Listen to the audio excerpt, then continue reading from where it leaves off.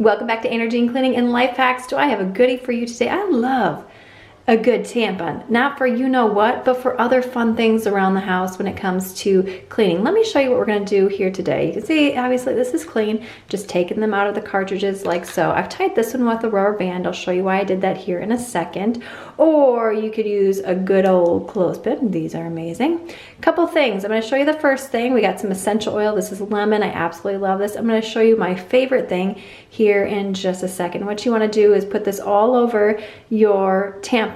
Use as much, use as little as you prefer. Let's get to the really fun part now. Vapor rub. I love this, especially because people in my family have been sick, and if you have sore muscles and you need to clear out your sinuses. So this is what we're gonna do.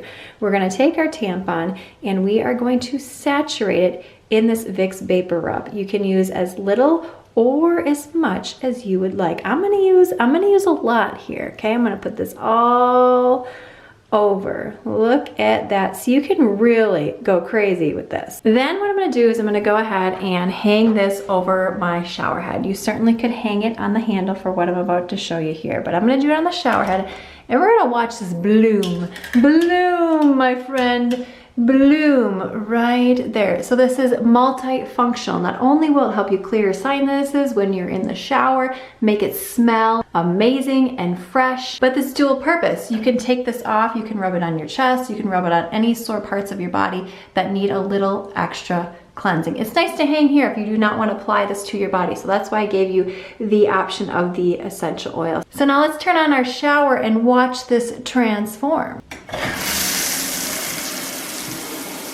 So right now this is getting nice, toasty, and warm, so it smells even more pungent. Can you imagine showering with that fresh scent? I know this looks crazy, but you can take it off after each use, especially if you don't want to apply that directly to your body. Go ahead and turn this off.